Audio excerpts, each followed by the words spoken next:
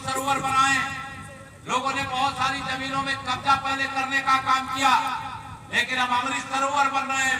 लुप्त नदियां जो थी उनको पुनर्जीवित करने का काम किया जा रहा है। जो पानी वर्षा काल में बह जाता था उसे एकत्र करने का काम किया जा रहा है। भारतीय जनता पार्टी केवल कहती नहीं बल्कि सबका साथ सबका विकास करके दिखाने का भी काम करती है। आप सब भरोसा रखना, 2024 आप सबके मेहनत से, आप सबके परिश्रम से, आप सबके सहयोग से माननीय नरेंद्र मोदी जी के नेतृत्व में फिर सरकार बनाने का काम हम सब लोग मिलकर के करेंगे और जीवन को खुशियों से भरेंगे।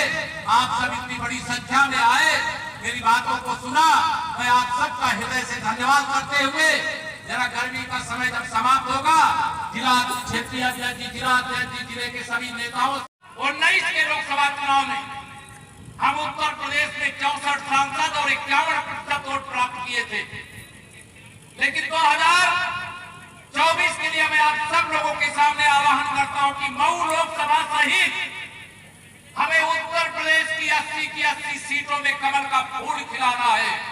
भारतीय जनता पार्टी को जिताना है। तमाम लोग आएंगे प्रचार करने के लिए।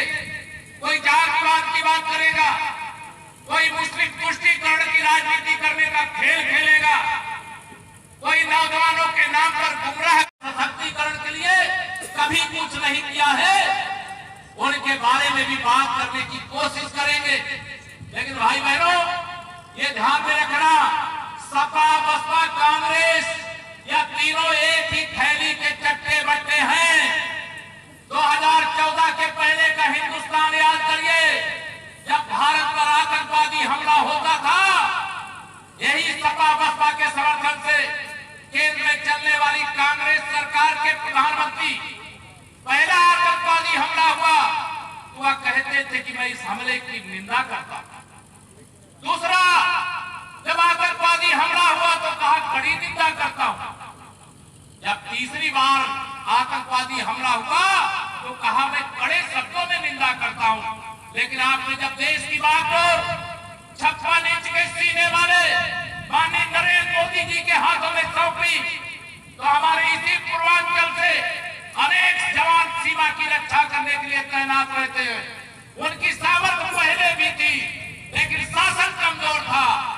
लेकिन आज शासन मजबूत है। हमारे सैनिकों ने सामर्थ्य दिखाई।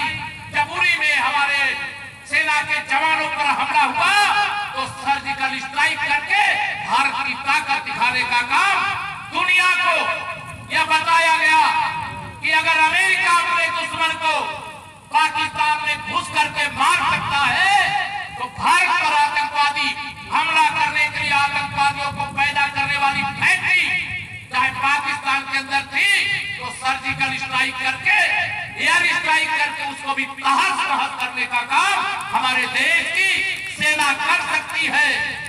पहले की सरकार सेना को जवाबी कार्रवाई की भी छूट नहीं देती थी, लेकिन आज हमारे प्रधानमंत्री जी ने कहा है पहली गोली तो 2019 में 64 सांसद जिताए, 2022 में 400 सीटें जीतने का दम भरने वाले श्री अखिलेश यादव जी, आप गुंडों के सरदार हो सकते हो, गरीबों के मसीहा नहीं हो सकते हो। गरीबों के मसीहा तो माननीय नरेंद्र मोदी जी। बहन मायावती जी, आप वोट बेच करके नोट इकट्ठा कर सकती हो, लेकिन जिनके वोट बेचती हो उनका दुख दूर करने का काम नहीं कर सकती हो। उनका दुख दूर करने का काम भी माननीय नरेंद्र मोदी जी ही कर सकते हैं और वही किए हैं, क्योंकि जब जब भारतीय जनता पार्टी की सरकार तब तक गरीब सबसे पहले हमारी प्राथमिकता में रहा है। मैं आप सब लोगों को आज यहाँ पर कहना चाहता हूँ, 2024 के लोकसभा चुनाव पर केवल देश के विरोधी दल ही नहीं है, देश के बाहर जो भारत विरोधी ताकतें हैं, जो भारत की बढ़ती हुई ताकत को सह नहीं पा रहे, वहां भी सब लगे हैं कि अगर माननीय नरेंद्र मोदी जी के नेतृत्व में प्रचंड बहुमत की हिंदुस्तान में सरकार नहीं बनी तो उनको लगता है कि उनसे उनके मंसूबे काम हो जाएंगे और भारत को नंबर 1 के स्थान पर पहुंचने से रोक लेंगे। लेकिन उनको शायद नहीं मालूम है मेरे प्रदेश की, मेरे देश की जनता इतनी समझदार है। देश किन हाथों में सुरक्षित है इस बात को अच्छी प्रकार से जानते हैं। मैं आप सब लोगों को 2024 के लोकसभा चुनाव के लिए कमर कस करके जुड़ जाने की अपील करने के लिए आया। मैं आऊंगा, आने वाले समय में और भी कार्यक्रम होंगे, और भी तमाम लोग आएंगे, मैं भी आपके बीच में आऊंगा।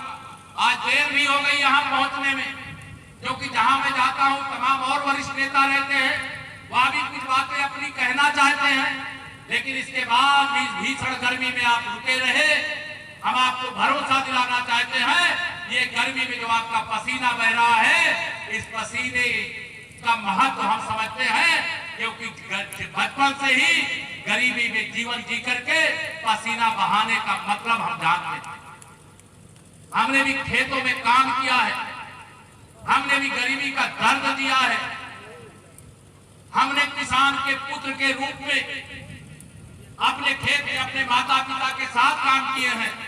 मैं आप सब लोग यहाँ पर जो भी एकत्र आए हैं, बहुत सारे लोग आए थे, नहीं तो देर हो गई, बहुत से लोग चले भी गए हैं, लेकिन उन सब तक मेरा इतना ही संदेश पहुंचाना कि 2024 का लोकसभा चुनाव इस देश को गरीबी से सदा सदा के लिए मुक्त कराने का चुनाव है। 2014 का लोकसभा चुनाव भारत को विश्व में नंबर 1 की अर्थव्यवस्था बनाने का चुनाव है। 2024 का लोकसभा चुनाव भारत के हर गांव गली गलियारे तक हर वह जरूरत की सुविधाएं जो शहरों में पहुंच गई हैं, वह गांव-गांव पहुंचाने का चुनाव है। 2024 का लोकसभा में बिजली आती थी, इधर 4-6 दिन कुछ परेशानी जरूर रही है बिजली को लेकर के, लेकिन जब से उत्तर प्रदेश में कमल का फूल खिला है, गांव को 16 से 18 घंटे, जिला मुख्यालय को 24 घंटे बिजली देने का काम भारतीय जनता पार्टी की सरकार ने किया है। पिछली सरकारों के समय बिजली आती नहीं थी, भाजपा का कमल खिला मोदी जी के मार्गदर्शन में, योगी आदित्यनाथ जी की अगुवाई में हमारी सरकार में बिजली जाती नहीं है। ये फर्क है। समाजवादी पार्टी के मुखिया श्री अखिलेश यादव जी कहते हम पिछड़ों और दलितों और मुसलमानों को एक करके 2024 में मोदी जी को हराएंगे। अरे श्री अखिलेश यादव जी, आप पिछली बार तो सपा भी एक हो गई, बसपा भी एक हो गई, कांग्रेस भी, राष्ट्रीय लोकदल सब मिल करके जब मोदी जी को आप नहीं रोक पाए, तो 2024 आते आते तो गंगा जी में बहुत पानी बह जाएगा और सपा समाजवादी पार्टी बन जाएगी, सपा समाजवादी पार्टी बन जाएगी, सपा सफा हो जाएगी। बसपा तो आज ही बिल्कुल सफा है, केवल चुनाव जब आएगा पता चल जाएगा। कांग्रेस का एक सांसद यूपी से है, रायबरेली से, अगली बार रायबरेली में भी कमल खिल जाएगा, भरोसा रखना। अभी मैं अमेठी से ही आ रहा हूं और आपको बता रहा हूं, 2024 में आप बताओ मऊ में कमल खिलाओगे? दोनों हाथ में बताओ, खिलाओगे मऊ में कमल? मेहनत करना पड़ेगा, पसीना बहाना पड़ेगा। माननीय मोदी जी के नेतृत्व में 9 साल का जो कार्यकाल है, देश को 90 साल आगे ले जाने का काम किया है, और भरोसा रखना अगला 5 साल हिंदुस्तान को 100 साल आगे ले जाने का काम करेगा। 100 साल आने वाली पीढ़ियों के सुखद भविष्य की गारंटी कमल का फूल माननीय नरेंद्र मोदी जी के नेतृत्व की प्रचंड बहुमत की 2024 में सरकार सारे विपक्षी मेरे प्रधानमंत्री जी के खिलाफ प्रधानमंत्री पद का उम्मीदवार खोज रहे हैं। आप बताइए, हिंदुस्तान में किसी दल के पास माननीय नरेंद्र मोदी जी जैसा देश की सेवा करने वाला कोई प्रधानमंत्री बनने लायक नेता है क्या? है क्या? दोनों हाथ बदलाव है क्या? मोदी जी का विकल्प केवल मोदी जी हैं। पिछली बार हमारी 64 सीटें जीती थी, हम 16 सीटों पे चुनाव हार गए थे, लेकिन 16 में से 2 हम जीत लिए हैं। एक अखिलेश यादव जी आजमगढ़ से थे, वहां दिनेश लाल यादव निरहुआ इस समय भारतीय जनता पार्टी के सांसद, और रामपुर जहां श्री अखिलेश यादव के चच्चा आजम खान चुनाव जीते थे, वहां पर भी घनश्याम लोधी जी के नेतृत्व में भारतीय जनता पार्टी का कमल खिल चुका है। 2024 में उत्तर प्रदेश से 80 की 80 लोकसभा सीटों पर कमल खिलाना है। बताओ, खिलाने में सहयोग करोगे? सहयोग करोगे? मैं आप सबको यह भरोसा दिलाना चाहता हूं, ये कमल का फूल खिलाना नहीं है, बल्कि कमल के फूल के रूप में हमको कर्ज मांगते फिरते हैं। सेवा करके, सुशासन दे करके, विकास करके, गरीबों के जीवन के दुखों को दूर करके हम ब्याज के साथ उसका हिसाब भी चुकता करते। हिंदुस्तान की सेना हर समय देने के लिए तैयार रहती है। मेरे भाई बहनों, मैं देश की सीमाएं आपसे पूछता हूं कि आज सुरक्षित महसूस करते हो? कहीं दोनों हाथ उठा के बताओ, महसूस करते हो नहीं करते हो? आज गरीब की भलाई के लिए ईमानदारी से काम हो रहा है कि नहीं हो रहा है? 2014 के पहले का मऊ लोकसभा आप याद करिए। 2014 के पहले यहां क्या था? 2017 में जब तक हमारी उत्तर प्रदेश में सरकार नहीं बनी थी, तब यहां का दृश्य क्या था, यहां की स्थिति क्या थी? लेकिन 2014-2017 में जब कमल का फूल खिल गया तो गुंडों को बिल में घुसने के लिए विवश करने का काम हमारी सरकार ने किया। मैं आप सब लोगों को आज यहां पर कहने के लिए आया हूं, अगर मैं केवल आपके मऊ जिले की बात करूं तो अभी मैं पूछ रहा था कि यहां जिले के अंदर कितने गरीबों को प्रधानमंत्री आवास मिला है। तो अभी एक छोटे जिले में भी हमारे 41,000 गरीबों को प्रधानमंत्री आवास सभी बुनियादी सुविधाओं के साथ देने का काम किया गया।